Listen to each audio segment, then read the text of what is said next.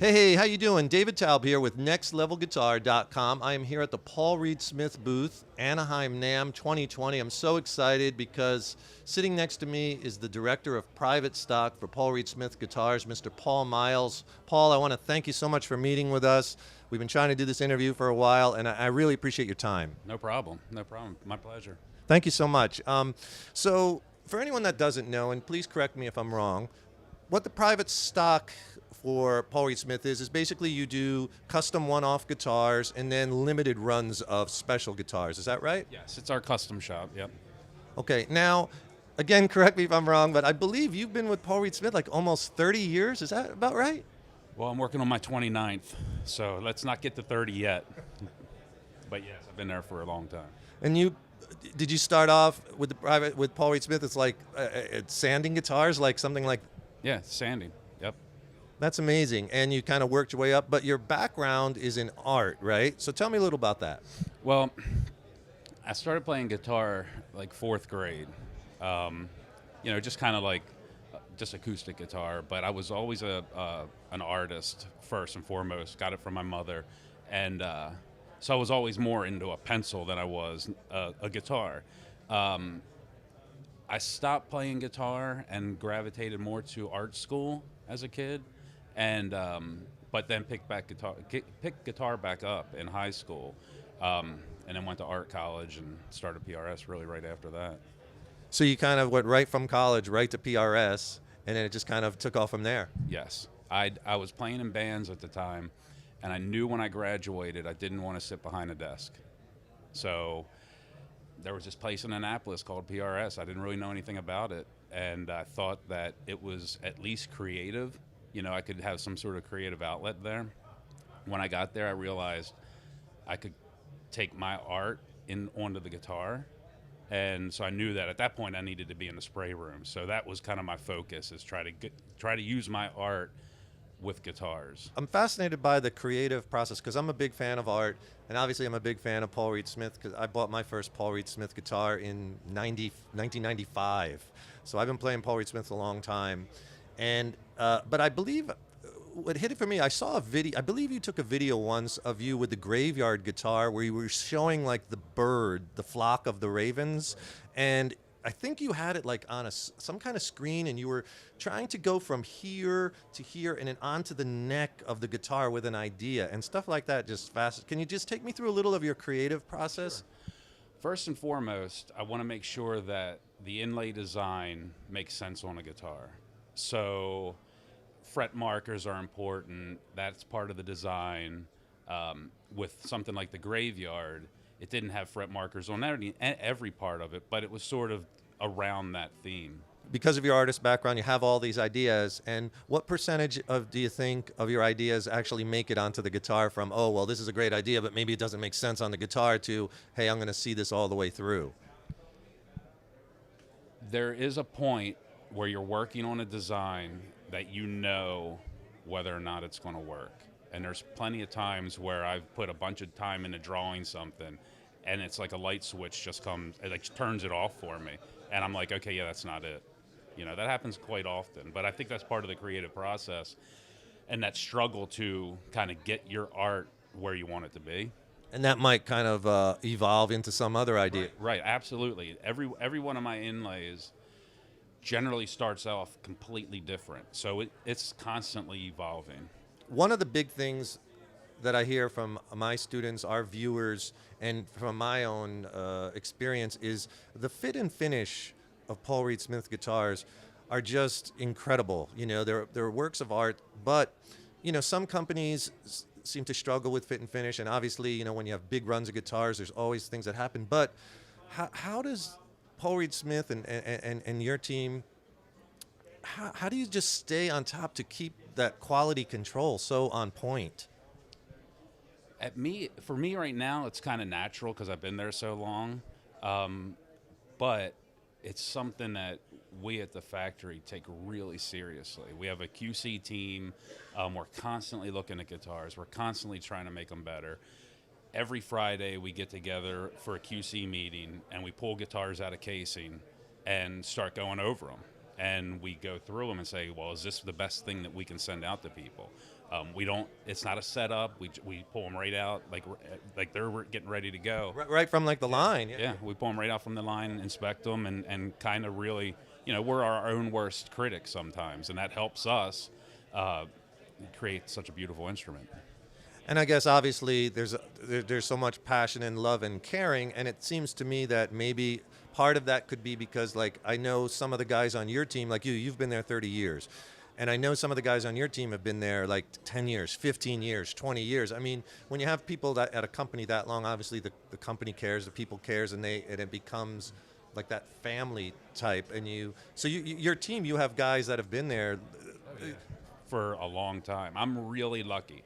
I have a team of guys that have been there for 10 to 20 years. So they know what's up. I don't have, there's not a whole lot of managing I have to do other than just day to day, paperwork kind of stuff. Those guys know what's up, and and they play off each other, and they work off each other, and it's kind of like we all get together and we think of ideas and we use each other as ideas, and it is a family.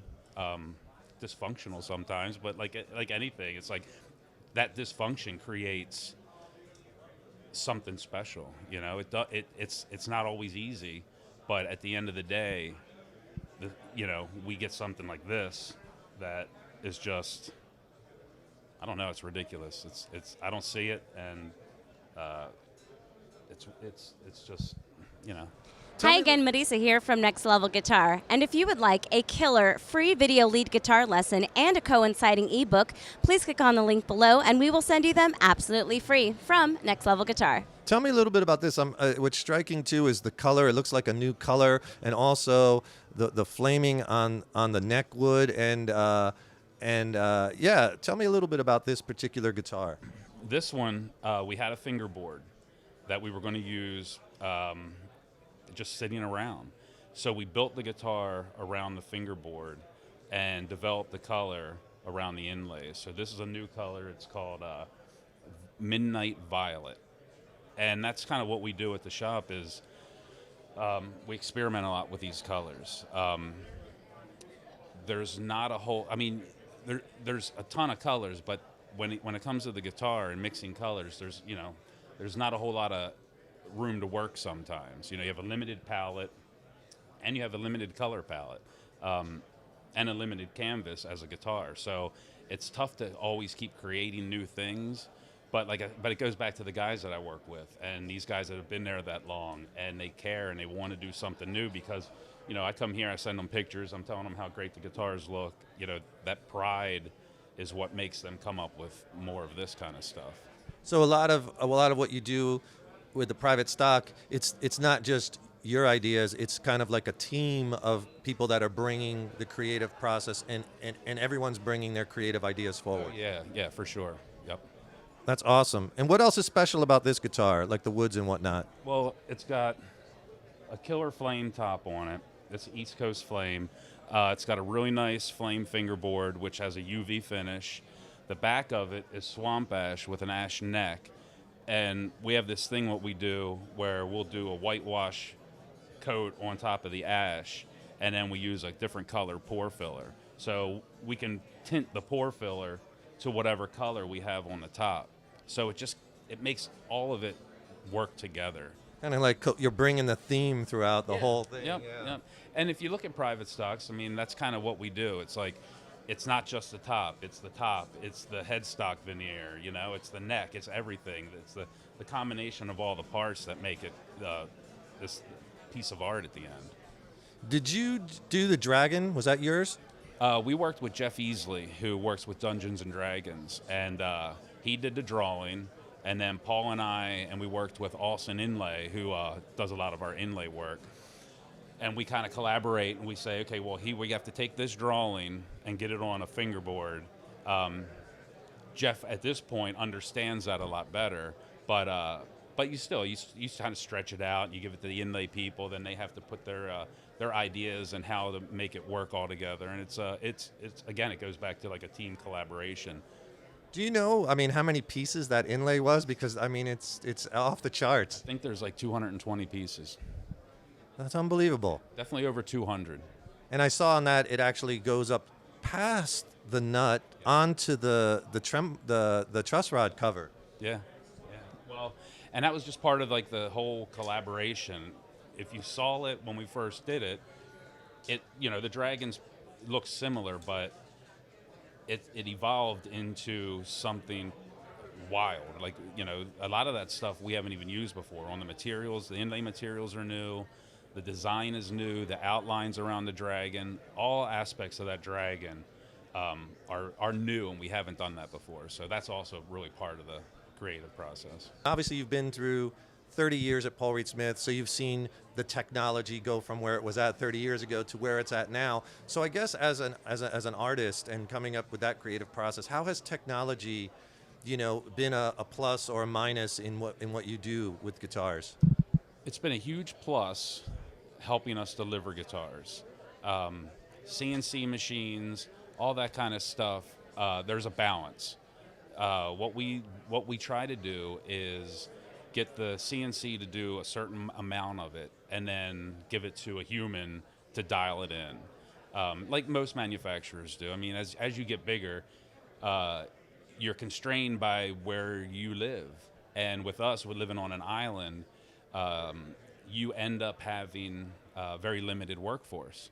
So in order to compensate for that, you got to get machinery in here, and you got to kind of make that balance between the two. With this creative work that you're doing and applying, your art background, your love of guitars and music with guitars, and having this great team, it sounds like, obviously you're going to work, but I'm sure you guys are having a lot of fun too. It gets silly. I mean, just the names alone of the colors can be really a good time. Like, give me a couple examples. Okay, well, I don't know if I can. Some of them may not be safe for work, but like the dragon, the name of the color is Frostbite Dragon's Breath. It's pretty outside, and that's a lot of fun. What we do is we come up with a new color, and then everybody like throws in sort of names for it. It's like naming the album. Everyone wants to get their choice on the name of the record. Correct, Yeah. and then we whittle it down because they're pretty outrageous at first, and we whittle it down to something that sounds kind of neat and cool. I mean, Pomegranate Glow, the Frostbite Dragon's Breath, Beach Fade, all these colors are colors that, we're not saying blue and red and yellow.